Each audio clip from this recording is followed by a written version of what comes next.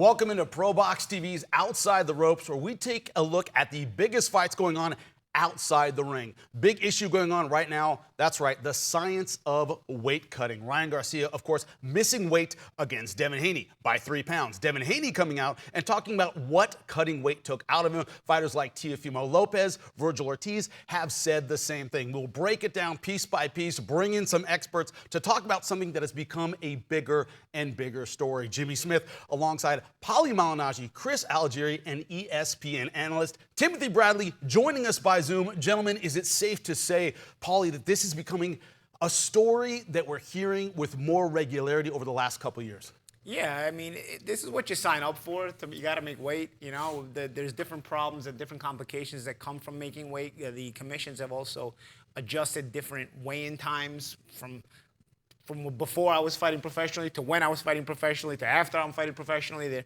That always gets adjusted, trying to alleviate the stresses of making weight and whatnot. But I'm one of those people, man. You sign up for this, bro. I mean, you got to make weight, and you got to fight at the right weight class for you. No matter what you try to do to alleviate it, there's always going to be another complication. Like now, for example, they're making weigh-in times the day before in the morning. So you're getting to the point where you've actually swung the pendulum completely the opposite direction, to where you're giving guys so much time to rehydrate that they're going to come in 2 weight classes above what they weighed in at. So you're still complicating the matter. It's just it's you know, there's different things work for different fighters, different methods work for different fighters. That's what I found out and found to be in my personal career. But nonetheless, this is always going to be a debate. I just don't want to play the whole victim card here. Like guys like, oh, poor guys make weight. Dude, then go work at the grocery store. What am I going to tell you? Like, you got to make weight. Like, this is what we sign up for. Now, Chris, you and I were wrestlers. Wrestlers cut massive amounts of weight, and it's considered normal. It's expected. The NCAA tournament, for those who don't follow it, was a 3-day tournament. You used to have one weigh-in before the tournament. What happened? Just like Paulie said, guys would cut massive amounts of weights, and they were huge by the time they stepped on the mat. So they made it a 3-day weigh-in. What happens? Guys are dehydrated, affected performances. This was happening at nationals when I was in same thing. Every morning we'd have to weigh in to compete. If you advanced, you weighed in the next morning. How do you essentially make it easier without affecting performance? That's the line, isn't it? Well, yeah, of course. I mean, look, if you look at the highest level, like I think of one great example. Floyd Mayweather fighting Canelo Alvarez. The guy was functionally 15, 20 pounds heavier than him. It didn't make a difference. Skills pay the bills. This is boxing. It's not like wrestling where you're physically on top of them. You know, body size matters much, much more. It matters more, I think, being dehydrated, not hydrating enough, making sure that your brain hydration is there, going back into the ring. That's where I think the performance is going to be hindered the most, or that's where it becomes most dangerous. At the highest level, though, we shouldn't be seeing this. I remember when I first started coming out, and when I first started boxing, I was always like, all right, I got 2 fights. I got to fight with the scale first, then I got to fight on fight night. So you always have that relief after you make weight. Yeah, so you got to remind yourself there's a fight now. There was anxiety up to the weigh-in, no matter who you were. There was anxiety about stepping on scales because you knew you had to make weight. Just like you said about the NCAA tournament wrestling, guess what happens? You don't make the weigh out, you don't wrestle the next day. Now we're allowing these guys to fight anyway, which is absolutely insane. Very, very dangerous for the opposing fighter. Also, the fighter was having so much trouble making the weight. Safety comes first, but performance, when that's hindered, you're doing something wrong. And that's why you got to have professionals around. You got to have nutritionists, you got to have physiologists, you got to have team members who are looking out for your best interest, preparing you for the moment of the fight, which is to be in peak performance. Also, these guys who are doing too much weight cutting, you're hindering performance, you're not getting the best fights possible. You got to fight at your proper weight, too. I mean, this is also why, you know, there's no excuses to make. Like, oh, this week there was all this problem. You're going to fight at another weight, bro. What am I going to tell you? You don't make weight, you got to fight at another weight. That's it. Simple as. Or if it hinders your performance, you're in the wrong weight class. Yeah, so Timothy, what do you think of that argument of, hey, if you aren't making the weight properly, you're at the wrong weight class, move up? What are your thoughts on that? No one's putting a gun to your head to decide your weight class. What's your thought on that? Well, I think the biggest issue right now, and the reason why we're having so many problems with guys being able to make weight is the inactivity. That is the solution right there. I mean, not the solution, but that's the problem.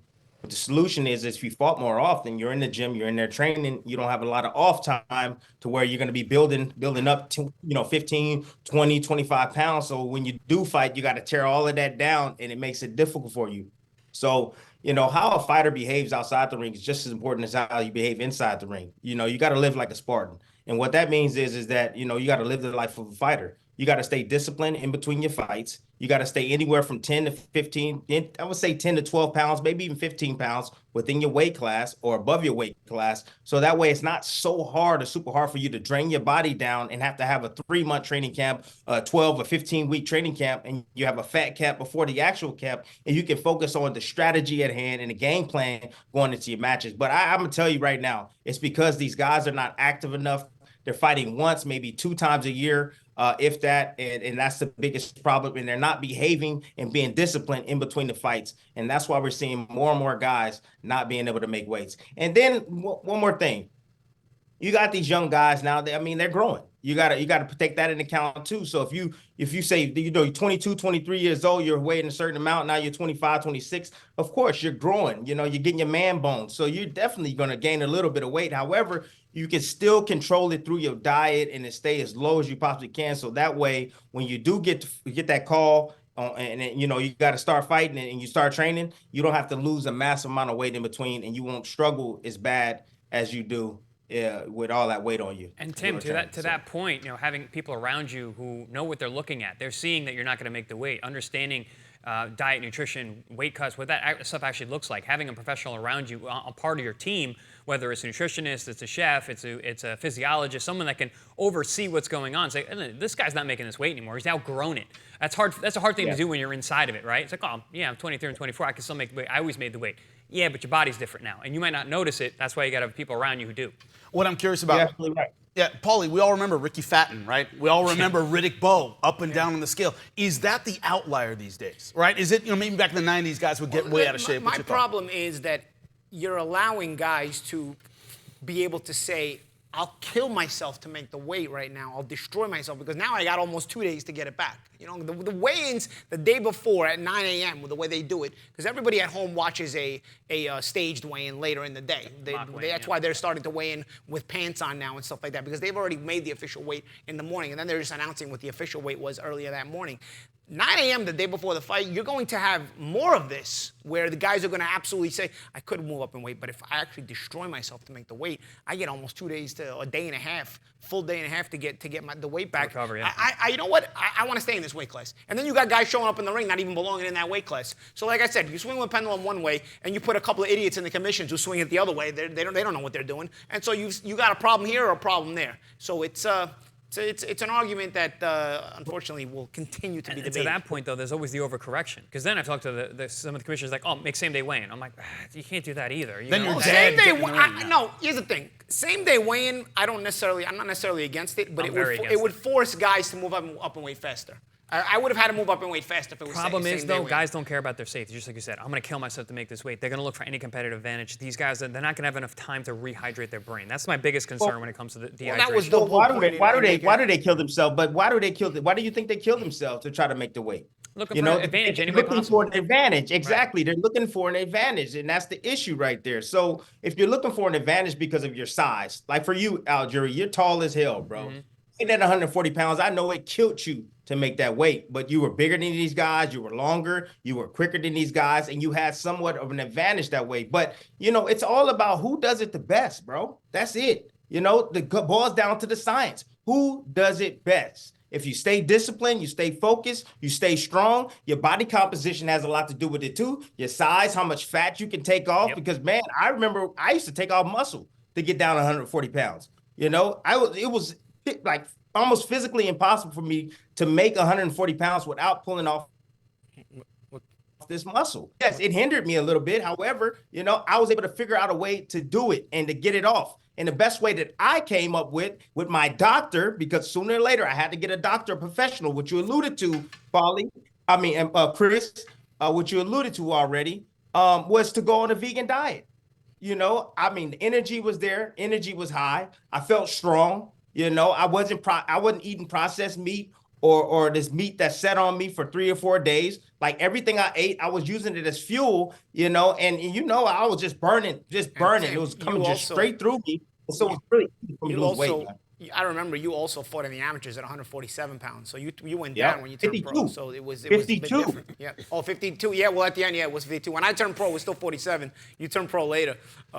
It was 52, yeah. Well, we discussed the opinions about it. Tim, we discussed the opinions about it, but now let's bring in the science. We take a quick break. When we come back, a specialist in the field who can break down the numbers and the science of weight cutting when we come back.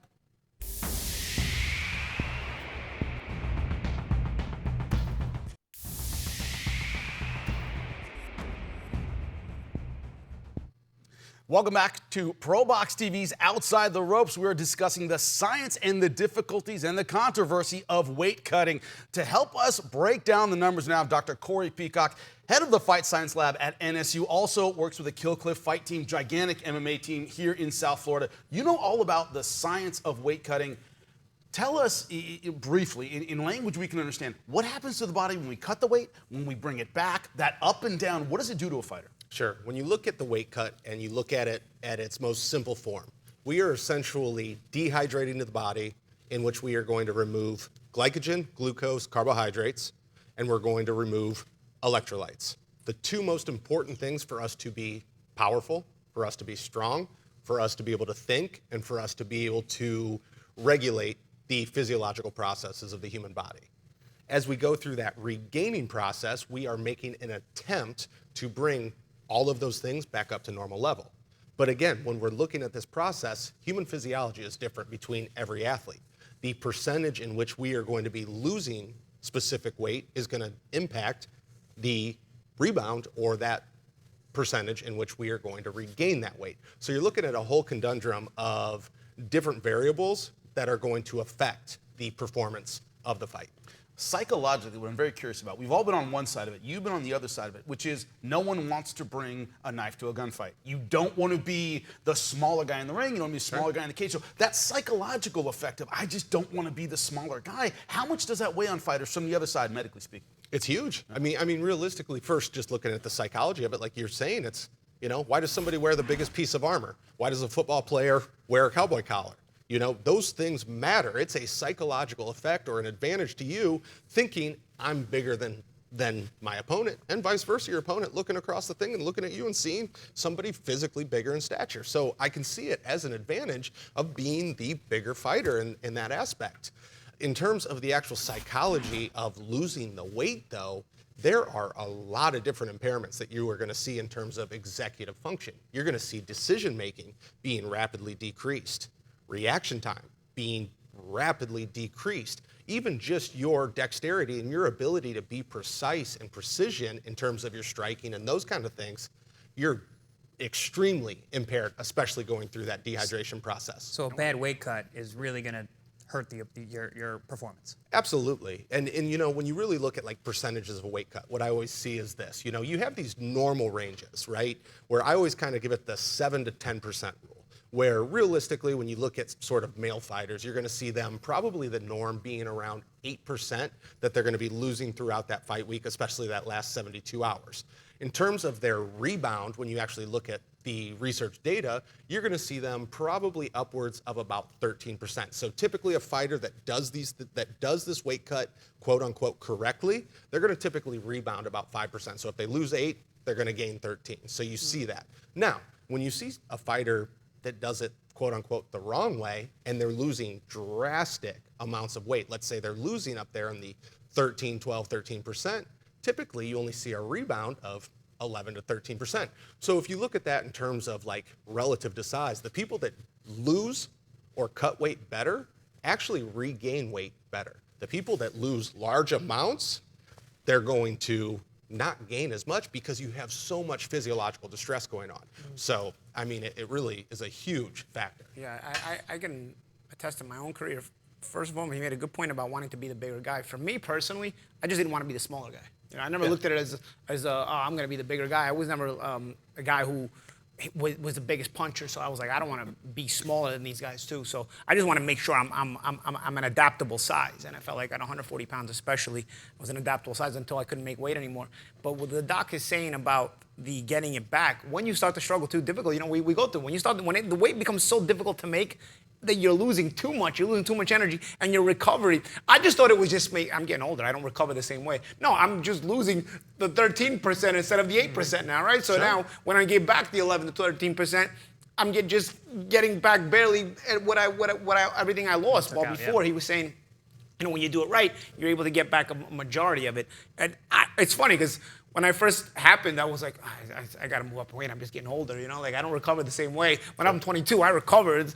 Nah, you do it wrong. You're not recovering regardless. Chris, I have a question for you, which is one of the things about this whole process that I try to explain to people who have never fought before. I said, oh, why do they cut all that weight? You're asking people who take massive risks for a living to not take one more risk. And they're always going to say yes to that. How do you, and Doc, please, both you, this idea that, hey, you shouldn't do that. I'm a fighter, I don't care. Yeah, I've seen people on the floor crying because they're so dehydrated. But in the end, if it makes me a better fighter, I'm going to do it. Chris, how do you combat that thinking? So for me, for fighting, and I never wanted to be, like guys are saying, like, I don't want to be the smaller guy. I never wanted to be tired. I was afraid of being tired in a ring because I have someone in front of me who's trying to hurt me. And if I'm tired, I can't defend myself properly. If I cut my weight wrong, I'm going to be tired. I'm going to get hurt. And someone's going to try and hurt me because that's what they're trying to do. That's what the business is about. But also, I liked the struggle of the weight cut because it put me in a bad place. Yeah. It put me in a mental, psychological space where I wanted to hurt somebody. So I liked that feeling of being uncomfortable fight week. When I was fighting at a higher weight class, 147, I was eating breakfast and walking on the scale and being 2 pounds under. At 40, I had to really work. And I liked that feeling of me being literally hungry. A hungry fighter's a dangerous fighter. And I was walking around fight week like, I'm going to someone's got to pay for this. Yeah. You're going to pay Yeah. for this extra sweat. You're going to pay for these extra 3 pounds I have to lose. Where, Tim, you said, my soul is leaving my body. I've been there, bro. I've been in that bed, man. Watching my life leave my body. My brother used to say, I'm watching my brother die here. I wanted to feel like that. So when I got there in a fight night, there's nothing you can do to me that I haven't done to myself. As long as you get it back. As long as you recover. As long as you recover. Yeah, but Tim, talk us through that. Where, you talk about your soul leaving your body, but you have to recover enough to fight. I mean, what's the balance there in your mind? There's different ways to recover and how you recover. I know guys that actually do an IV after a tough weight cut, which is illegal in some states, and some commissions allow it and some commissions don't allow it. However, I got a question for Doc. Doc, going back to Ryan Garcia and those 3 pounds that he didn't want to make, and I've talked about, those last 3 pounds and trying to get that weight off and how it affects the fighter mentally, how it affects him physically. Do you think those 3 pounds added going into the fight, did you think that helped him in any way? Absolutely. It was a huge advantage. The most physiological stress is going to come from those last, in his case, 3 pounds. If you look at, if you compare him to the normative data, that's realistically the last 25%, which is a very big number. I mean, if you really look at it that way, that's 25%. So in his case, he was able to regain weight to a higher degree than his opponent. He was able to get back to what I would call homeostasis or just normal in a quicker fashion. There's a lot less suffering, and realistically, the physiological impair that his opponent was enduring for probably 24 upwards of 36 hours, he didn't have to deal with that. That wasn't a part of his fight, fight day. Plus the enhancements. Yeah. Plus, It all goes together. We're going to take a quick break. When we come back, more science about weight cutting and what can we do about it that's good for the fighters and the fans right after this.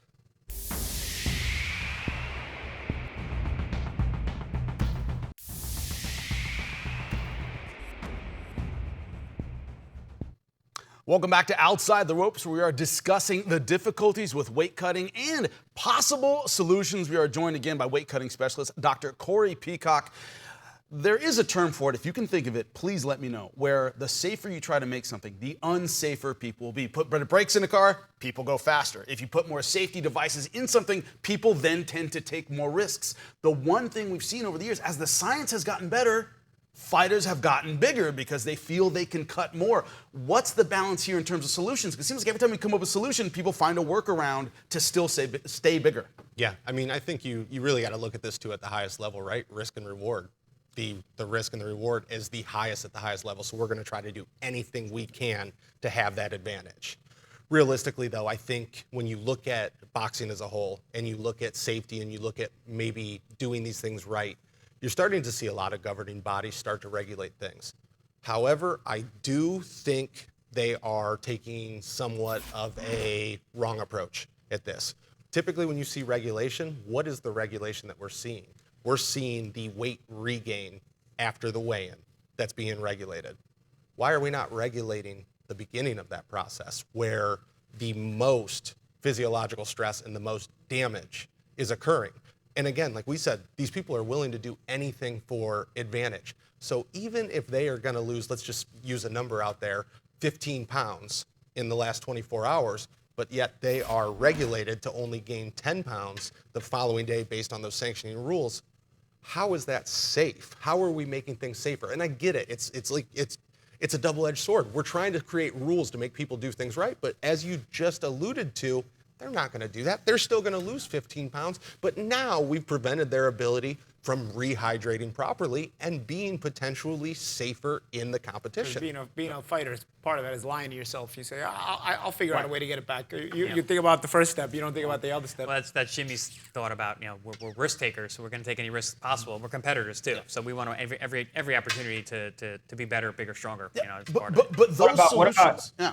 But what about the educating the fighter? I mean, I remember early in my career, I had no clue of how to lose weight. I was an amateur for a very long time, and that's the reason why I fought in the weight class I was comfortable at, which is 147 pounds and 152 eventually. But like when squeezing down to 140, it was extremely difficult at first, and I was doing it myself. Working in the restaurant, eating, looking around food. I wouldn't drink water for like 3 days. But then when I got professionals, and I'm just saying like other fighters, like club fighters, or every single level, we don't have the resources to understand how to lose weight properly, in boxing. We don't have the knowledge, so I think a lot of fighters, they suffer from that, not having the source or not having a doctor or not having a nutritionist to help them lose weight. And so they do it wrong all the time. Yeah, I think that's a huge point, and I think we're making great strides in the field where you are starting to see people specialize in weight cutting, specifically from the weight cutting background. Just as an example, I prefer to use objective data. That's just something that I've always done, is being able to provide real data. As they mentioned earlier, I have a fight science laboratory at Nova Southeastern University, and I actually just had a client in this morning that was, essentially a 203-pound athlete, 5 to 6% body fat, and was sort of in that predicament of, am I a 185-pounder or am I a 170-pounder? And being able to really take, different instruments, different tools to look at body composition, skeletal muscle, bone density, hydration, we can really lay out sort of a blueprint as to what is the right approach. In this individual's case, we were at a point when we ran the numbers, when we looked at the mock weight cut, when we looked at everything based on the data we've been able to accumulate with this athlete, we got to a point where we realized we were going to have to spare greater than 3% of skeletal muscle. In my mind, that's something that is just not, it's not worth it, the risk to reward, because it's that thing like, yeah, you are going to be taller, you are going to be a little bit bigger, but 3% of your quality muscle tissue, how big of a loss is that going to be when it comes to power, when it comes to strength, and when it comes to all those things? So just like you were saying, Tim, what you were doing to yourself to make 140. Yeah. About stripping down that lean tissue. And so for me, Tim, that's the biggest thing, is just educating these individuals based on objective data. That's the only way I can truly do it. Whether or not that resonates or gets through, I think it takes time. I think it takes establishing a relationship. It's maybe making baby steps. I know what I think right away, but each camp, if we can progressively get just a little bit better, we're still in a better situation than we were when we first started. That's why I decided to go back down to 140 when I had that 2.5-year layoff. We went and looked at all the objective data in terms of how much skeletal muscle tissue I had, how hydrated I was, what my height, my weight, my bone density, all of that was. And was it literally possible for me to make 140? And it turned out that we could, and it was. I could do it healthily and not lose muscle mass, so that's why I went back down. I have a question, Tim. I would love to hear your opinion about this. The line that will not be crossed by promoters and by commissions, please jump in if you disagree, gentlemen, is we're not going to lose a fight 2 hours before it starts because someone didn't make a hydration limit. So all of these limits about things, they don't want to lose the fight at the end. Is that the thing that could prevent some of these, once again, as Doc is saying, they don't want them to rehydrate to a certain point. Nobody wants to lose a main event because of that. What's your thoughts on that, Tim? That's a tough one because, you're obligated. You signed on the dotted line to make the weight class, and now, you're struggling to make the weight. And then the promoter, which is your partner who you work with, and the network that they're affiliated with, like, a show what's go on, and then you have to make a choice, or the other fighter has to make a choice if you come in like Haney did. You know, so I mean, Haney could have just basically at that time could have pulled out the fight. You know, No, he they would had have been. Barboza as the backup. But yeah. Yeah, I mean, and they had Barboza as a backup, and you know, and he would have, you know, he's retained his title. However, he didn't have to take this beat down from Ryan Garcia. But I'm just curious, man. Boxing's been around for a very long time. UFC, I don't know how many years they've been around, but not as long as boxing. And UFC, and I have not been down to the facility. However, I've heard a lot about the facility that they have out, I believe, in Vegas. And they have all this research. They have all the doctors, you know, therapists, and you name it, they have it for the athletes to come down and actually use it and do the body competition tests and nutritionists and so on and so forth. But boxing, we don't have that. Well, Tim, I can answer that for you, bro. Dana White's stealing 90% of that money, so at least he's investing some of it. The guy's stealing. It costs him money if the guys don't make of what it. we Right. make, you know. So he gets some of that money he's stealing from them. He's investing it into But also the UFC UFC is closer to the NFL than boxing. Yeah, they want to make money. They lose fights. But what I'm saying is he can afford to use some of that money he's body. stealing from these guys and put it back into that. That's part of a small commendable thing. At least he puts it back into the UFCPI, which they do have an incredible facility. I will agree. In boxing, it's everyone against each other, right? It's the promoters against each other. It's the fighters against the promoters. But it takes a major most of the time. investment there. Well, to create a UFCPI. But if everyone came together and worked together, yeah, we'd have that much money too. People try and tell me the UFC is a bigger sport than boxing. Like, no, it's not. There's just one promotion. If we brought all the promotions of boxing together, it's a global sport. I mean, MMA is as well. But if you put all the promoters together, the talent pool that we have, forget it. I mean, the amount of money that's there, it's so fractioned at this point. Like you said, Tim, we don't have one place we can go to. We have the UFC. What is it called? The Performance. PI.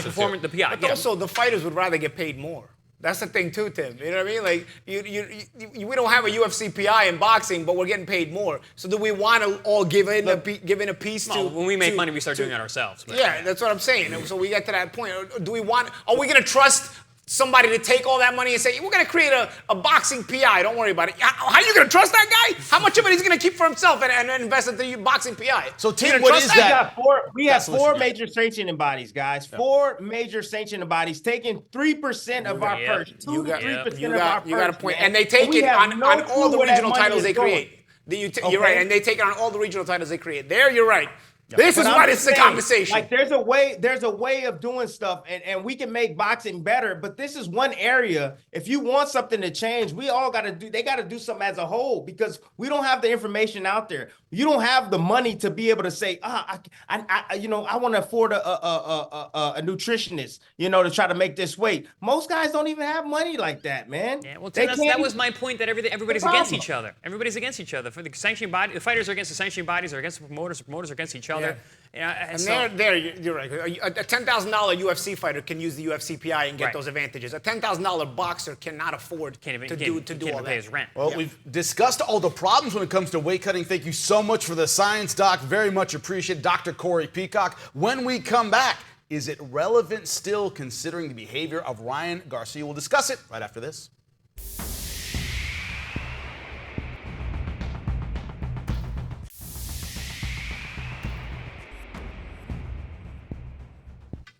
Welcome back to Outside the Ropes, where we have been discussing the science and the controversy with weight cutting in boxing. That's right, Paulie Malignaggi, Chris Algieri, ESPN analyst Timothy Bradley joining us via Zoom. Gentlemen, let's put a bow on this in some way. One thing I think about is Ryan Garcia standing up there and missing weight by 3 pounds, chugging a beer, seeming like he didn't care, and making millions of dollars. Canelo Alvarez saying, I'm not going to fight a real 168-pounder who cuts a bunch of weight. Is it becoming kind of less relevant at the elite level? Are more people kind of thumbing their nose at this process? As you said, the hard work of making weight. Is that becoming more of an issue to you? Jim, you want to go first? Yeah, I'm taking this as... I'm going a lot of different directions. Yes, you can. Just based on the fighters that you mentioned. Yeah. The guys who are above the law. That's the real issue. It's not the weight. They're just using whatever they can to take advantage of the opportunities because they can. And listen, so if it was the other way around, if Devin Haney came in overweight, it wasn't his promotion. He wasn't there to be the guy. They would fight wouldn't happen if Ryan didn't want it. Since it was Ryan who's the money man, who got the lion's share of the purse. Right. I think he got 60%. It was 60-40, something like that. He got more money. He's just more guy. Canelo's the same way. Like that. If it wasn't Ryan, he'd already been stamped guilty for the There's no Yeah. running around So with it these depends speed who you defense. are in these situations that you're above the law, and you can do that. And that's the problem. It's when you're taking advantage of opportunities just because of who you are. This is sport. This should be fair, but nothing's fair, right? How can we make it fair, Paulie? What can we do that we haven't done already when it comes to this weight cutting issue? Dude, I mean, you have to hold the standard no matter Right, what. standards. And that's impossible with greed around in a business where there's millions of dollars running through it. There's always going to be greed.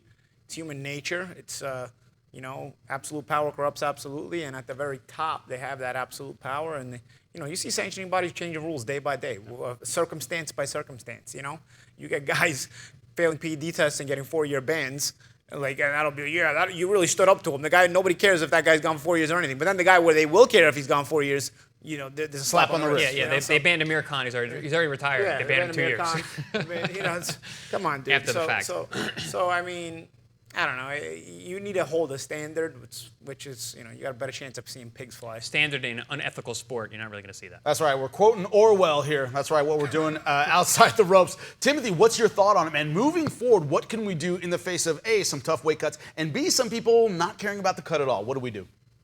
Look, I'm just going to tell you this. It all starts with the fighter. At the end of the day, his team, his decision to fight in that weight class, if he can't make the weight, move up. And as simple as that. Stay disciplined in between fights. Fight more often so that way you're in the gym and you don't have a fat camp before the actual camp. When you're going to a championship fight. I'm not holding anybody else but the fighters accountable for making weight. It's our job. It's our duty. It's a part of what we do. How the way you live outside, it's going to affect you sooner or later. I don't care how young you are. If you're smoking dope, if you're drinking, you're partying, you're staying up late, you're 24, 25 years old, you're getting away with it, you're still winning fights. Guess what? Eventually it's going to catch up with you. It might not catch up with you during your career, but after your career, it can catch up with you. Because if you see guys that have done it in the past, see guys that go up and down in weight, that either drink or smoke or use drugs, guess what? They're irrelevant now. And also on top of that, they are messed up mentally. They're punch drunk. They're slurring their words. It's ridiculous. And if that's the lifestyle that you want to live, once you exit the game, then that's on you.